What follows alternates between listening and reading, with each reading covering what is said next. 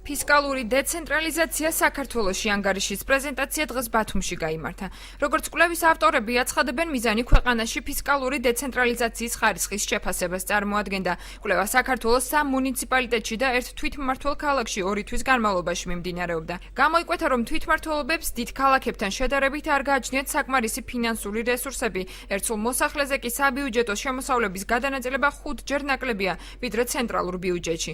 კვლევის ორგანიზატორების განცხადებით არსებული საფინანსო სისტემის პირობებში ადგილობრივი თვითმმართველობა არ არის ფინანსურად დამოუკიდებელი.